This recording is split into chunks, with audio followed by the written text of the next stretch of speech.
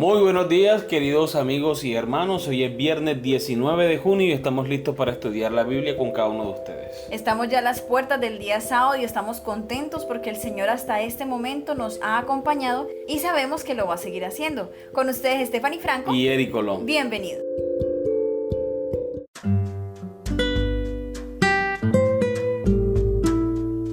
Para estudiar y meditar. En la Biblia hay muchos misterios que a los seres humanos finitos se nos hace difícil comprender y que son demasiado profundos para poder explicarlos completamente.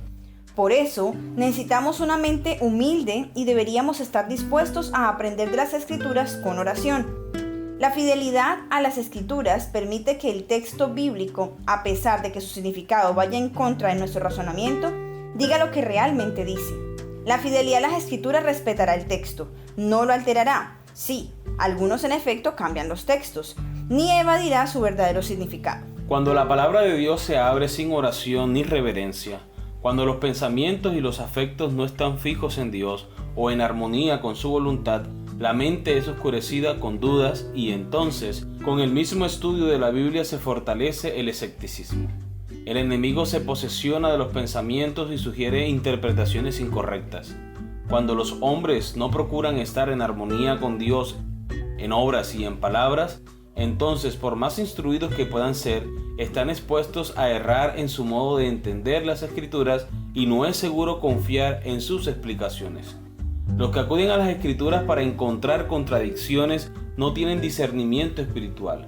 Con visión distorsionada encontrarán muchos motivos para dudar y no creer en cosas que son realmente claras y sencillas. Camino a Cristo, página 95.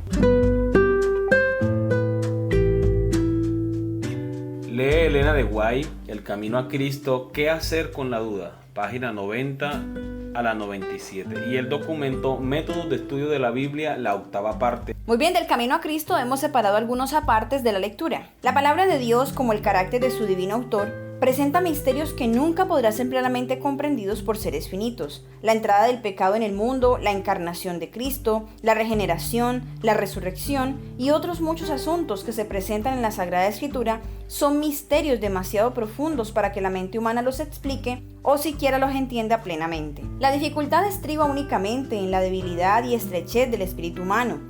Dios nos ha dado en las Santas Escrituras pruebas suficientes de su carácter divino y no debemos dudar de su palabra porque no podamos entender los misterios de su providencia. Reconocer que no podemos entender plenamente las grandes verdades de la Escritura no es sino admitir que la mente finita no basta para abarcar lo infinito, que el hombre con su limitado conocimiento humano no puede comprender los designios de la omnisciencia. No podemos llegar a entender la palabra de Dios sino por la iluminación del Espíritu, por el cual ella fue dada. Las cosas de Dios nadie las conoce, sino el Espíritu de Dios, porque el Espíritu escudriña todas las cosas y aún las cosas profundas de Dios. Y la promesa del Salvador a sus discípulos fue: mas cuando viniere aquel, el Espíritu de verdad, Él os guiará al conocimiento de toda verdad, porque tomará de lo mío y os lo anunciará. Dios desea que el hombre haga uso de su facultad de razonar, y el estudio de la Sagrada Escritura fortalece y eleva la mente como ningún otro estudio puede hacerlo. Con todo debemos cuidarnos de no deedificar la razón, que está sujeta a las debilidades y flaquezas de la humanidad. Si no queremos que las Sagradas Escrituras estén veladas para nuestro entendimiento, de modo que no podamos comprender ni las verdades más simples, debemos tener la sencillez y la fe de un niño, estar dispuestos a aprender e implorar la ayuda del Espíritu Santo. El conocimiento del poder y la sabiduría de Dios y la conciencia de nuestra incapacidad para comprender su grandeza deben inspirarnos humildad, y hemos de abrir su palabra con santo temor, como si compareciéramos ante Él. Cuando nos acercamos a la Escritura, nuestra razón debe reconocer una autoridad superior a ella misma, y el corazón y la inteligencia deben postrarse ante el gran Yo Soy.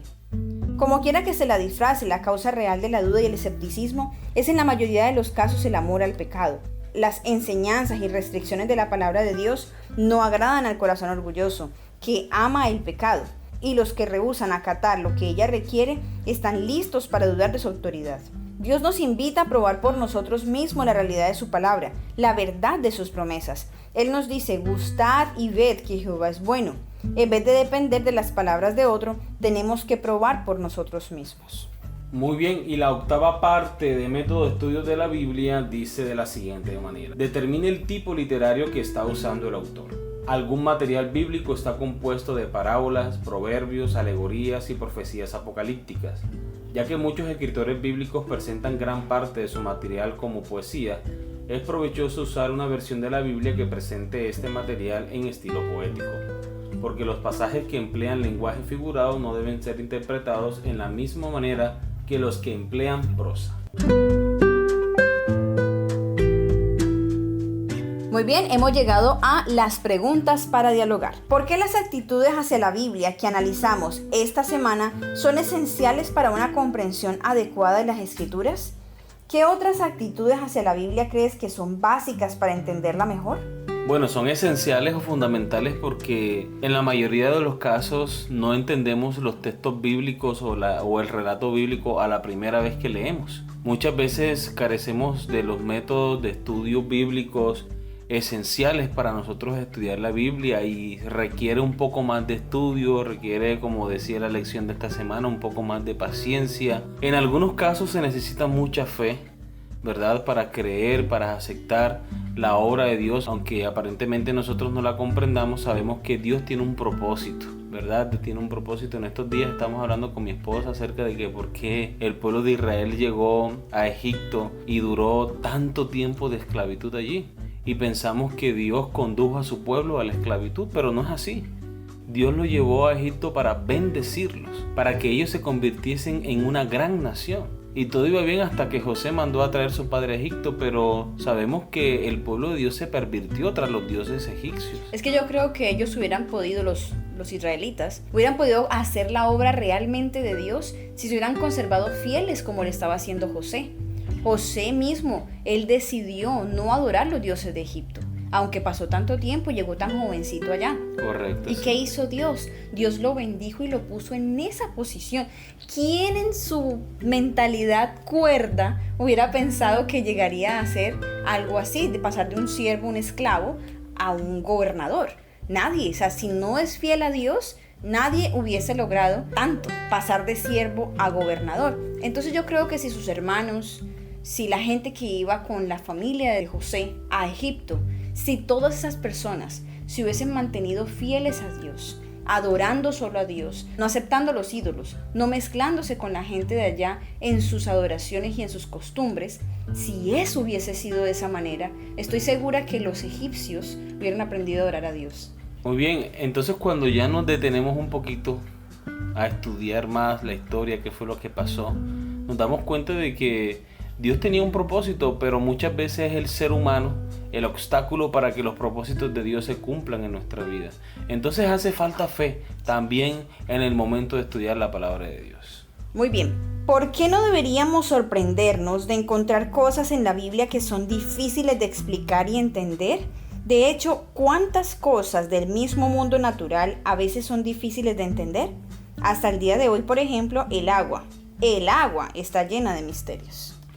Muy bien, es difícil de entender porque las características con que fue escrita la Biblia son muchas, que varían de nuestra cultura, de nuestro tiempo, de nuestra costumbre. Sabemos que la Biblia fue escrita hace ya más de 1500 años, mucho más de 1500 años, por muchos autores diferentes, en una cultura totalmente diferente que nosotros no entendemos. Y a eso añadámosle el hecho de que la Biblia no es cualquier libro como cualquier otro ser humano hubiese escrito, no es la revelación de Dios, y muchas veces no entendemos toda la historia bíblica porque tenemos que verla desde otras perspectivas.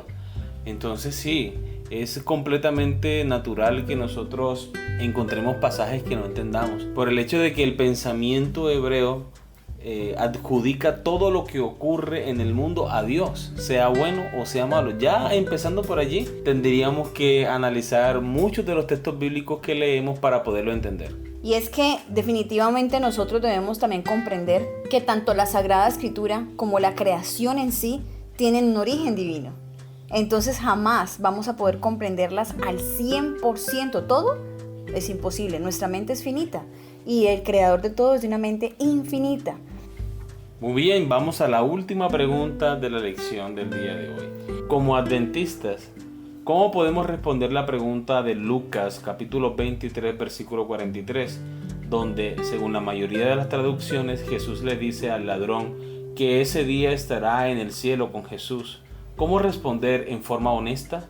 ¿Cómo pueden, por ejemplo, pasajes como Juan capítulo 20 versículo 17, Eclesiastés capítulo 9 versículo 5 y Primera de Corintios capítulo 15 versículo 16 al 20 ayudarnos a entender este tema? Sabemos que Jesús no se refería al hecho de que ese mismo momento o en ese mismo día lo llevaría al cielo, por lo que dice la Biblia que sucede después. Jesús lo bajan del madero y lo ponen en la tumba. El día que la Biblia dice que hoy, cierto, era viernes de tarde, él pasó toda la tarde del viernes en la tumba. Incluso el sábado. Hasta el domingo fue que el Señor resucitó.